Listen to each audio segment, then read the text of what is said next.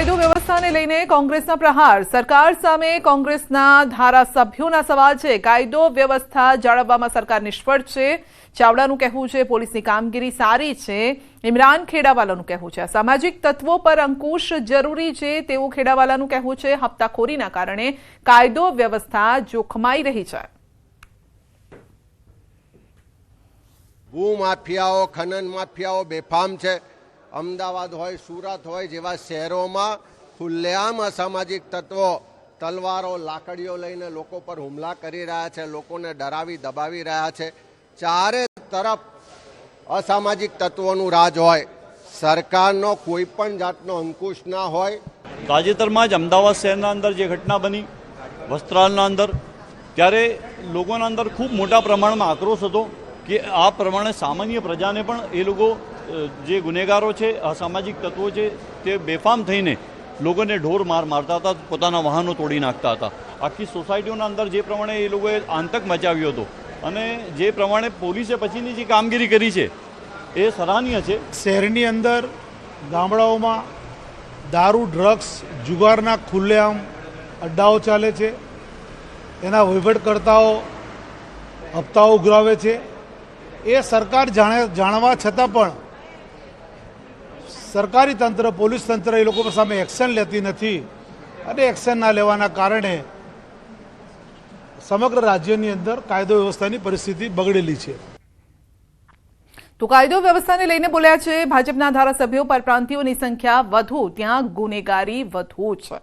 પોલીસે સારી કામગીરી કરી છે. આરોપીઓને કલાકોમાં પાઠ પણ ભણાવ્યા છે.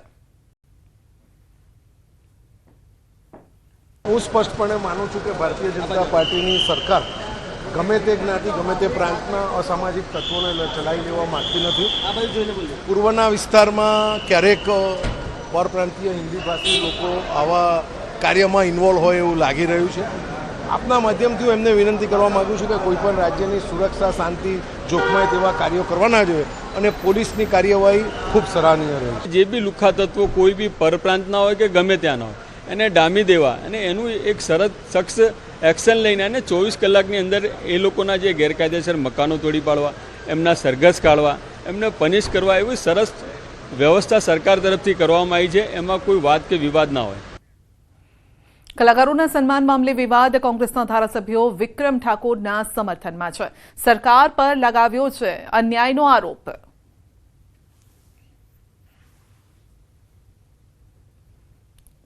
સન્માન કરવું હોય, વિધાનસભામાં બોલાવીને એમને માન પ્રતિષ્ઠા આપવી હોય તો બધાને બોલાવવા જોઈએ. શું કામ ચોક્કસ લોકોને બોલાવો છો? શું કામ તમારા માનીતા હોય એમને જ સન્માન આપો છો? સૌપ્રથમ તો અમારી કોંગ્રેસ પક્ષ અને વ્યક્તિગત હું ગુજરાતના તમામ કલાકારોનું સન્માન કરીએ છીએ. પરંતુ જે રીતે વિધાનસભા ગૃહમાં અમુક જ કલાકારોને બોલાવવામાં આવ્યા અને અમુક કલાકારોને બોલાવવા ના આવ્યા, અને એમાં ખાસ કરીને અમારા ઠાકોર સમાજના સુપરસ્ટાર, ગુજરાતી પિક્ચરના સુપરસ્ટાર વિક્રમભાઈ ઠાકોરને આમંત્રણ આપવામાં ના આવ્યું, ત્યારે આખો સમાજ નારાજ છે. વિક્રમભાઈની નારાજગી વ્યાજબી નારાજગી છે. જ્યારે ગુજરાતના કલાકારોને તમે આમંત્રણ આપતા હોય ત્યારે કલાકારો બધા સરખા હોય છે. એમાં કોઈ પણ કોમના કલાકાર હોય એમની અવગણના ના થવી જોઈએ.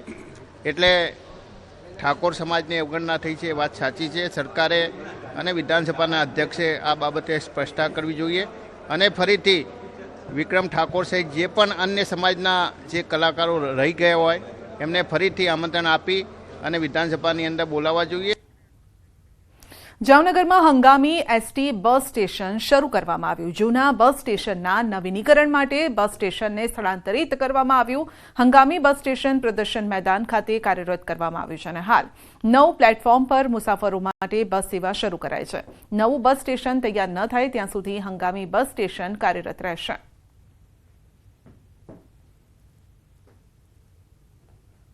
હંગામી બસ સ્ટેશન ખાતે આજે અમે કાર્યરત કરી છે અને પ્લેટફોર્મ છે એ પણ અમે 9 પ્લેટફોર્મ ઉપર આ સુવિધાઓ છે એ આજથી ચાલુ કરી છે. હંગામી બસ સ્ટેશન અંદાજ નવું બસ સ્ટેશનનું બાંધકામ છે એ 1.5 થી 2 વર્ષ સુધીમાં તૈયાર થઈ જશે. ત્યાં સુધી હંગામી બસ સ્ટેશન ખાતે આ બસ સ્ટેશન છે એ કાર્યરત રહેશે. જામનગર શહેરમાં વર્ષો જૂના બસ સ્ટેશનની મરામત છે તે શરૂ થઈ ચૂકી છે અને નવું બસ સ્પોટ બને તે પહેલા જ હાલ જે બસ સર્વિસ છે તે એસટી બસ સર્વિસ માટે નવું હંગામી બસ સ્ટેશન કાર્યરત કરવામાં આવ્યું છે। જે પ્રકારના દ્રશ્ય આપ જોઈ રહ્યા છો, જામનગરના પ્રદર્શન મેદાન ખાતે જુદા જુદા 9 પ્લેટફોર્મમાં આ બસ સ્ટેશન છે તે કાર્યરત કરવામાં આવ્યું છે। અહીં જામનગર તરફ આવતી અને જતી જુદી જુદી 450 થી વધુ જે ટ્રીપ છે તે બસની ટ્રીપ અહીંથી શરૂ કરવામાં આવી છે। જામનગરના નવા બસ સ્પોટ બની રહ્યું છે ત્યારે જ જે હંગામી બસ સ્ટેશન છે ત્યાં પૂછપરછથી માંડી ઓનલાઈન બુકિંગ, અન્ય જે વ્યવસ્થા છે અને પાર્સલ વ્યવસ્થા છે તે પણ અહીંથી જ કાર્યરત કરવામાં આવી છે। ત્યારે આગામી 2 થી 2.5 વર્ષ માટે જ્યાર સુધી નવું બસ સ્પોટ તૈયાર ન થાય ત્યાં સુધી હંગામી બસ સ્ટેશન છે તે જામનગરના પ્રદર્શન મેદાન ખાતે કાર્યરત કરી દેવામાં આવ્યું છે। કિંજલ કારસરિયા, ન્યૂઝ 18 ગુજરાતી, જામનગર।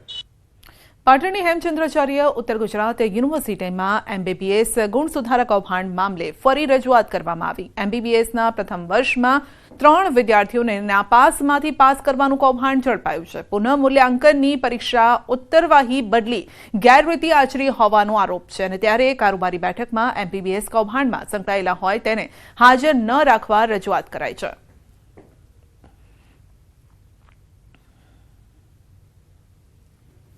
નામદાર હાઈકોર્ટે 17 વાર કીધું હોય 6 માર્ચે નામદાર હાઈકોર્ટે યુનિવર્સિટીને સૂચના આપી કે કારોબારી તાત્કાલિક યોજી અને આ બાબતે તમે ફરિયાદ દાખલ કરજો। આજે 17 તારીખે 17 માર્ચે કારોબારીની સભા હતી। કારોબારી સભામાં કુલપતિશ્રી, રજિસ્ટ્રારશ્રી અને કારોબારી સભ્ય હાજર હતા। મેં લેખિતમાં રજૂઆત કરવા ગયા કે ભાઈ તમે આ મુદ્દો લેજો। એમાં કુલપતિશ્રીએ સ્પષ્ટ શબ્દોમાં ના પાડી દીધું, પણ એમ છતાંય મેં એમની ટપાલ શાખામાં આપી દીધું છે અને મુકેશ પટેલે એક કારોબારી સભ્ય મુકેશ પટેલે લીધો છે અને એમને પણ આ ઉડાવ જવાબ આપ્યો છે। બાકી તમામ કારોબારી સભ્યએ અમારી રજૂઆત લેવાની ના પાડી દીધી છે। કલાકારોના સન્માન મામલે વિવાદ કોંગ્રેસના ધારાસભ્યો વિક્રમ ઠાકોરના સમર્થનમાં છે। સરકાર પર લગાવ્યો છે અન્યાયનો આરોપ।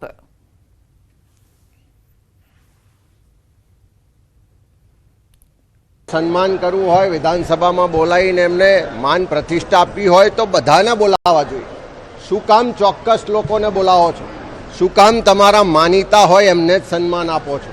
સૌપ્રથમ તો અમારી કોંગ્રેસ પક્ષ અને વ્યક્તિગત હું ગુજરાતના તમામ કલાકારોનું સન્માન કરીએ છીએ, પરંતુ જે રીતે વિધાનસભા ગૃહમાં અમુક જ કલાકારોને બોલાવવામાં આવ્યા અને અમુક કલાકારોને બોલાવવા ના આવ્યા, અને એમાં ખાસ કરીને અમારા ઠાકોર સમાજના સુપરસ્ટાર, ગુજરાતી પિક્ચરના સુપરસ્ટાર વિક્રમભાઈ ઠાકોરને આમંત્રણ આપવામાં ના આવ્યું, ત્યારે આખો સમાજ નારાજ છે। વિક્રમભાઈની નારાજગી વ્યાજબી નારાજગી છે। જ્યારે ગુજરાતના કલાકારોને તમે આમંત્રણ આપતા હોય ત્યારે કલાકારો બધા સરખા હોય છે, એમાં કોઈ પણ કોમના કલાકાર હોય એમની અવગણના ના થવી જોઈએ। એટલે ઠાકોર સમાજની અવગણના થઈ છે એ વાત સાચી છે। સરકારે અને વિધાનસભાના અધ્યક્ષે આ બાબતે સ્પષ્ટતા કરવી જોઈએ અને ફરીથી વિક્રમ ઠાકોર સહિત જે પણ અન્ય સમાજના જે કલાકારો રહી ગયા હોય એમને ફરીથી આમંત્રણ આપી અને વિધાનસભાની અંદર બોલાવવા જોઈએ।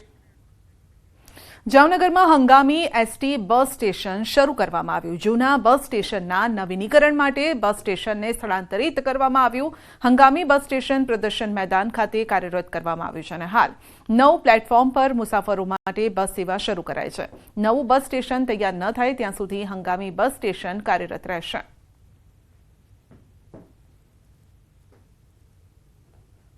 હંગામી બસ સ્ટેન્ડ ખાતે આજે અમે કાર્યરત કરી છે અને પ્લેટફોર્મ છે એ પણ અમે 9 પ્લેટફોર્મ ઉપર આ સુવિધાઓ છે એ આજથી ચાલુ કરી છે। હંગામી બસ સ્ટેશન અંદાજ નવું બસ સ્ટેશનનું બાંધકામ છે એ 1.5 થી 2 વર્ષ સુધીમાં તૈયાર થઈ જશે। ત્યાં સુધી હંગામી બસ સ્ટેશન ખાતે આ બસ સ્ટેશન છે એ કાર્યરત રહેશે।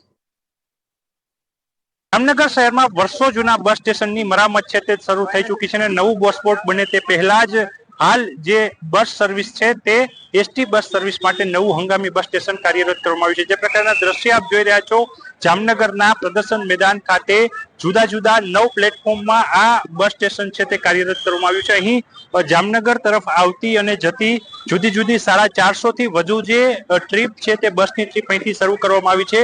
જામનગરના નવા બસ સ્પોટ બની રહ્યું છે ત્યારે જ જે હંગામી બસ સ્ટેશન છે ત્યાં પૂછપરછથી માંડી ઓનલાઈન બુકિંગ, અન્ય જે વ્યવસ્થા છે અને પાર્સલ વ્યવસ્થા છે તે પણ અહીંથી જ કાર્યરત કરવામાં આવી છે। ત્યારે આગામી 2 થી 2.5 વર્ષ માટે જ્યાર સુધી નવું બસ સ્પોટ તૈયાર ન થાય ત્યાં સુધી હંગામી બસ સ્ટેશન છે તે જામનગરના પ્રદર્શન મેદાન ખાતે કાર્યરત કરી દેવામાં આવ્યું છે। કિંજલ કારસરિયા, ન્યૂઝ 18 ગુજરાતી, જામનગર। પાટણની હેમચંદ્રાચાર્ય ઉત્તર ગુજરાત યુનિવર્સિટીમાં MBBS ગુણ સુધારા કૌભાંડ મામલે ફરી રજૂઆત કરવામાં આવી. MBBSના પ્રથમ વર્ષમાં 3 વિદ્યાર્થીઓને નાપાસમાંથી પાસ કરવાનું કૌભાંડ ઝડપાયું છે. પુનઃ મૂલ્યાંકનની પરીક્ષા ઉત્તરવાહી બદલી ગેરરીતિ આચરી હોવાનો આરોપ છે અને ત્યારે કારોબારી બેઠકમાં MBBS કૌભાંડમાં સંકળાયેલા હોય તેને હાજર ન રાખવા રજૂઆત કરાઈ છે.